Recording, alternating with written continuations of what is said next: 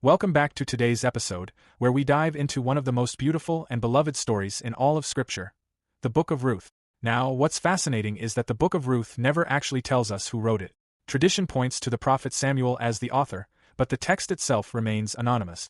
Most scholars believe it was written somewhere between 1030 and 1010 BC, right in the turbulent era of the Judges, a time marked by rebellion, failure, and spiritual decline in Israel.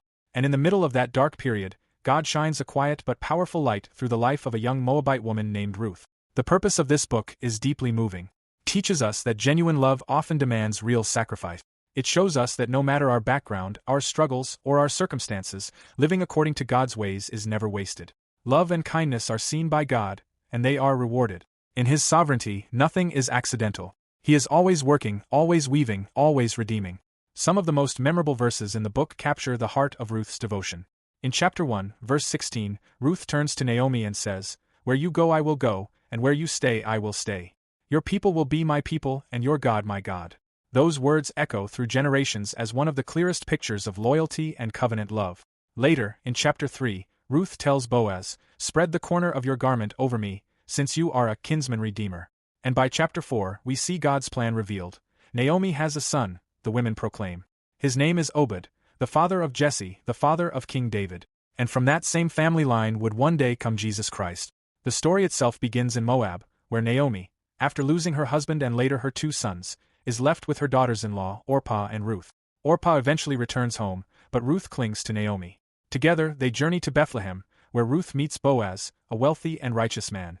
Their story becomes one of redemption, restoration, and divine providence. Ruth's obedience brings her directly into the lineage of Jesus himself. This idea of the kinsman redeemer, so central to the book, is a powerful foreshadowing of Christ. Just as Boaz redeemed Ruth and Naomi from poverty and hopelessness, Jesus redeems us from the slavery of sin.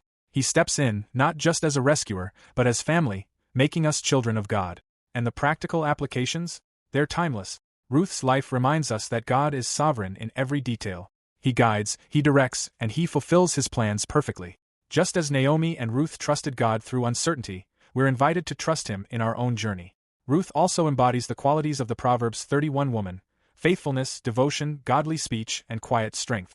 She speaks with kindness. She serves with humility. She walks with integrity. In a world full of loud voices and shallow values, Ruth stands out as a woman worth imitating. Her story calls us to love deeply, obey faithfully, and trust God even when we can't see the ending. And just like Ruth, we too have a Redeemer.